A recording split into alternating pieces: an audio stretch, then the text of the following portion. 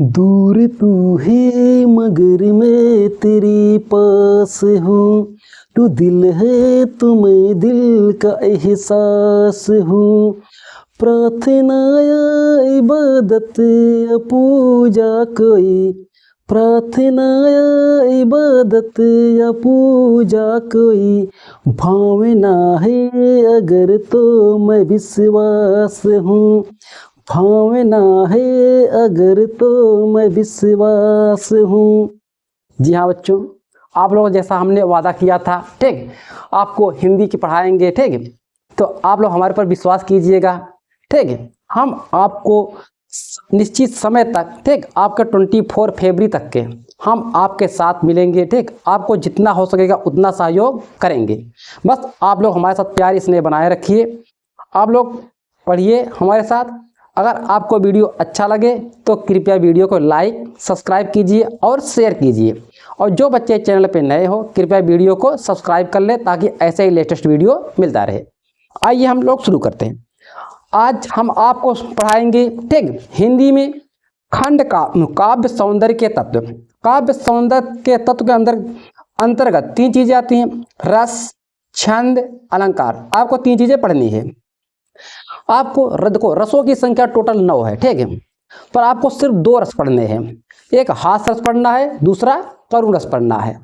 और अलंकार में आपको जो पढ़ना है, ठीक है, अलंकार में उपमा, रूपक, उत्प्रेक्षा, 3 अलंकार आपको पढ़ने हैं। और छंद में पढ़ना है आपको सोरठा और रोला।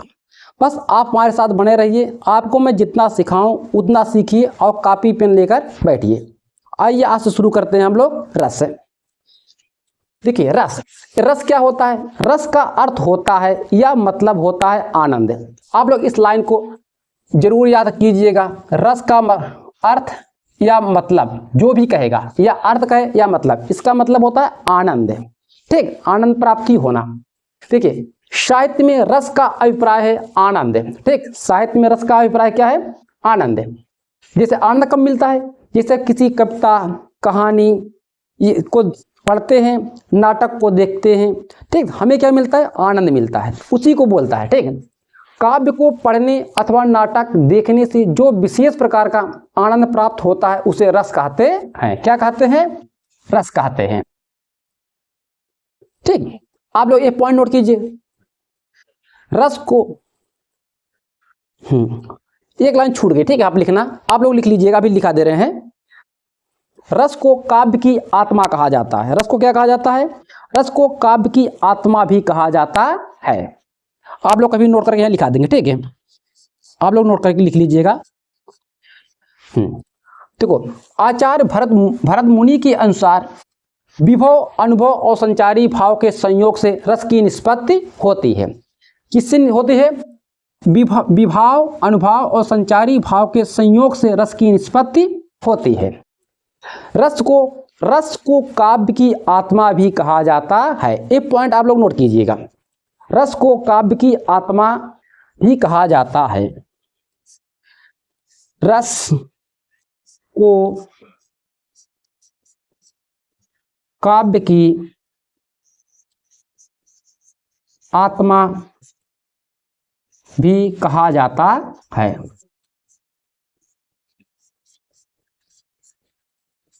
रस जो है काव्य की क्या है? आत्मा है, ठीक है। अब देखो, रस के अंग कहे या अवयव कहे, बात एक ही हुई, ठीक है। रस के 4 अंग होते हैं, अस्थाई भाव, विभाव, अनुभाव, संचारी भाव। इस रस के कितने अंग होते हैं? 4 अंग होते हैं। कौन कौन? अस्थाई भाव, विभाव, अनुभाव और संचारी भाव। संचारी भाव का एक और नाम है व्यभिचारी भाव। अगर आपके पेपर में संचारी भाव ना देकर व्यभिचारी भाव दे तो आप समझ जाइए दोनों का एक क्या है, दोनों सेम है, एक ही एसेंस में निकलेंगे, एक ही अर्थ होगा। समझिए ना? रस के कितने अंग? 4, अस्थाई भाव, विभाव, अनुभव और संचारी भाव। आप लोग इस लाइन को नोट करके एकदम लिखिएगा, ठीक है। रस को काव्य की आत्मा कहा जाता है, क्योंकि आपके पेपर में पूछा था काव्य की आत्मा किसे कहा जाता है, तो आप लोग सीधा आंसर देंगे सटीक, रस को, ठीक है। रस का अर्थ क्या होता है? आनंद। समझ में आया? अब देखिए अस्थाई भाव क्या होता है? अस्थाई भाव, देखो अस्थाई भाव को प्रधान भाव कहते हैं। पूछेगा किस भाव को प्रधान भाव कहते हैं, तो बोलिएगा अस्थाई भाव को। अस्थाई भाव, देखो अस्थाई भाव का अर्थ प्रधान भाव, ठीक, जो भाव मनुष्य के हृदय में, ठीक, सदैव अस्थाई रूप से विद्यमान होता है। देखिए हम सभी व्यक्तियों में, ठीक, सभी मनुष्यों में अस्थाई भाव विद्यमान होता है। अब कहोगे सर अस्थाई भाव क्या है? जैसे हंसना एक अस्थाई भाव है, किसी को दुखी हो देखकर दुखित हो जाना वो क्या है? अस्थाई भाव है, ठीक है। ये सब क्या है? अस्थाई भाव है। अस्थाई भाव की संख्या कितनी है? 9 है, ठीक है। पर आपको 2 ही पढ़ना है, हास्यरस और करुण रस से। तो हम बताएंगे अस्थाई भाव क्या है, ठीक। दूसरा क्या है? विभाव। विभाव का मतलब ये होता है हमें कारण का पता चलना चाहिए, किस कारण से आप हंस रहे हैं या किस कारण से आप रो रहे हैं, ठीक। हंसना, रोना, गाना, आपका कारण हमें पता चल जाए उसे क्या बोलेंगे? विभाव बोलेंगे। यही कह रहा है जिसके कारण सहृदय को रस प्राप्त होता है वह विभव कहलाता है। मतलब आपके किस कारण आप हंस रहे हैं, ठीक। जैसे आपको कोई चुटकुला सुना दे, आप हंसने लगे, आप बताएंगे हमें इस चुटकुले की वजह से फलाने ने हमें सुनाया तो हमें हंसी आ गई, ठीक। अगर आपको कोई मार दे, आप रोने लगे, हम पूछो आप किस कारण रो रहे हैं, बोलोगे हमें फलाने स्टूडेंट ने हमें मार दिया, ठीक। मतलब हमें कारण पता चला, जो कारण पता चलेगा उससे बोलेंगे विभाव, ठीक है। दूसरा क्या है? अनुभव। तीसरा क्या है? अनुभव। अस्थाई भाव के जागृत होने पर आश्रय की बाहरी चेष्टाओं के अनुभव कहलाते हैं, ठीक। मतलब ये होता अस्थाई भाव के जागृत, ठीक। मतलब जैसे बाहरी हमें चेष्टाएं दिखाएं, हम रोने लगे, ठीक है। जो रोना होता है, चीखना, चिल्लाना, ठीक है। अगर हमें भय आ गया, भय के मारे हम क्या हक्का बक्का हो गए, ठीक है। क्या हो गए? हक्का बक्का हो गए। जब देखो जब कोई व्यक्ति बहुत ज़्यादा डर जाता है कैसे हो जाता है, ठीक, हक्का बक्का हो जाएगा। उसके हाथ के देखोगे रोएं एकदम खड़े हो जाएंगे, ठीक है, और वह व्यक्ति कांपने लगता है। ये सब क्या है? बाहरी चेष्टाएं हैं। मतलब हंसना, रोकना, रोना, चीखना, चिल्लाना, डर जाना, कांपने लगता है, सब क्या है? बाहरी चेष्टाएं। जो बाहरी चेष्टाएं दिखता है उसे बोलते हैं अनुभव बोलते हैं, ठीक है। आप लोग पहले से नोट कीजिएगा और विशेष तौर पे इस लाइन को नोट कीजिएगा। रस का अर्थ होता है आनंद। रस को काव्य की आत्मा भी कहा जाता है, ठीक है। और रस के कितने अंग होते हैं? रस के 4 अंग होते हैं। आपको यह संख्या में पूछेगा या ऐसे पूछेगा कौन सा रस का अंग नहीं है, 3 देगा, 1 गायब कर देगा, ठीक है, या आपको ऐसे देगा, ठीक है। आप लोग से नोट कीजिए, फिर चलते हैं मैं इसके संचारी भाव, उसी के बाद तब चलते हूं मैं हास्यरस पे।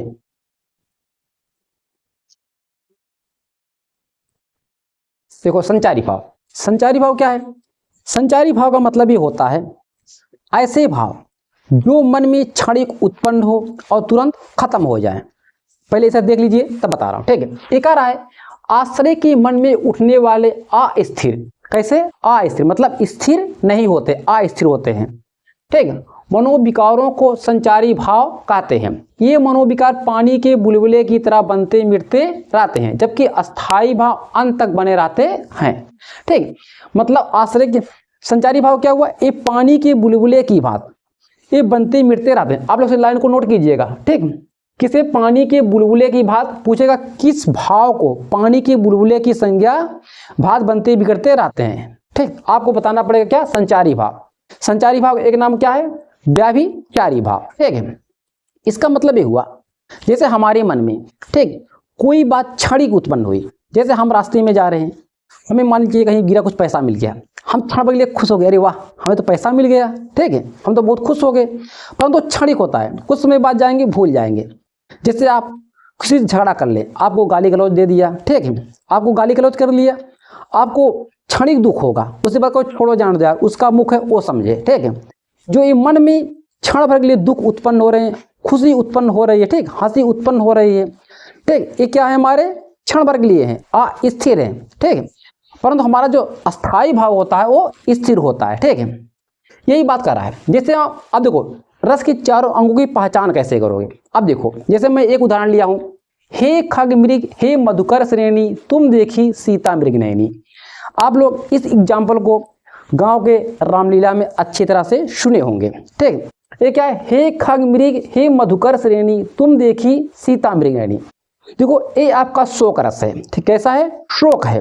तो अस्थाई भाव क्या है? शोक है, ठीक, विभव क्या हो जाएगा, देखो ये लाइन आपको कहाँ से ली है, जब जंगल में सीता माता का रावण द्वारा क्या कर लिया जाता है, हरण कर लिया जाता है। जब हरण कर लिया जाता है तो प्रभु श्री राम और लक्ष्मण बहुत दुखी हो जाते हैं, वो जंगलों में भटक रहे हैं, ठीक, और रो रहे हैं।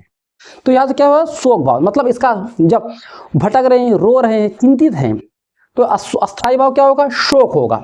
और विभाव क्या है, सीता जी का हरण, मतलब कारण क्या है, किस कारण से वो लोग दुखी हैं, रो रहे हैं, कारण क्या है, वो सीता जी का हरण।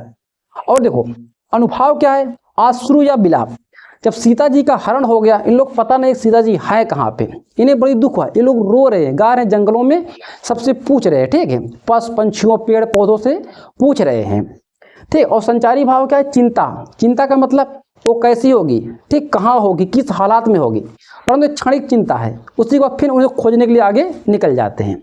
समझ में आया, मतलब हे खग मृग हे मधुकर श्रेणी तुम देखी सीता मृग नैनी।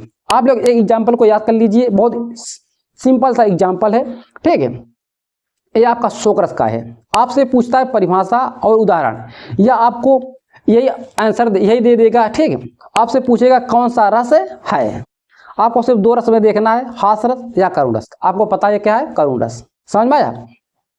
अब देखो इसे हास्य रस है, पहला आपका क्या है, हास्य रस है। हास्य रस में क्या होता है, उसकी परिभाषा मैंने 2 लिखा है, एक यहाँ पर एक यहाँ पे, आपको जो अच्छा लगेगा एक परिभाषा याद कीजिएगा, ठीक। दोनों परिभाषा याद करने की चेष्टा मत कीजिएगा, क्योंकि आपको एक परिभाषा और एक एग्जाम्पल देने को बोलेगा।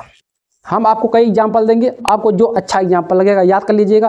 वैसे तो याद सभी करने पड़ेंगे, ठीक है, परंतु आपको एक लिखना पड़ेगा, और सभी बहुविकल्पी में आएंगे तो उससे आपको सहयोग हो जाएगा, याद रहेगा। तो देखिए हास्य क्या है, किसी व्यक्ति या वस्तु की असाधारण आकृति, वेशभूषा, वाणी या चेष्टा को देखकर मन में जो आनंद या विनोद का भाव जागृत होता है उसे हास्य रस कहते हैं।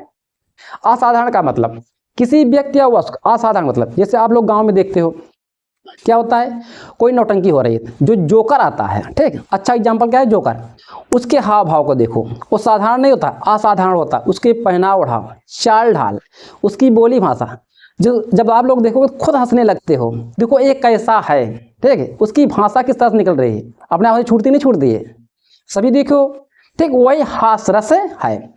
हास्य रस का अस्थायी भाव क्या है, हास्य। आपसे पूछेगा बहुविकल्पी में हास्य किसका अस्थायी भाव है, या पूछेगा हास्य रस का अस्थायी भाव क्या है, ठीक है। आपको पूछेगा हास्य किसका अस्थायी भाव, बोलिएगा हास्य रस का, या पूछेगा हास्य रस का अस्थायी भाव क्या है, हास्य, चाहे इधर से पूछे चाहे इधर से पूछे, आपको बता दिएगा। अब देखो इसका दूसरा एग्जाम्पल कह रहा है, विभव अनुभाव तथा संचारी भाव के संयोग से जब हास्य नामक अस्थायी भाव उत्पन्न होता है तब हास्य रस कहते हैं।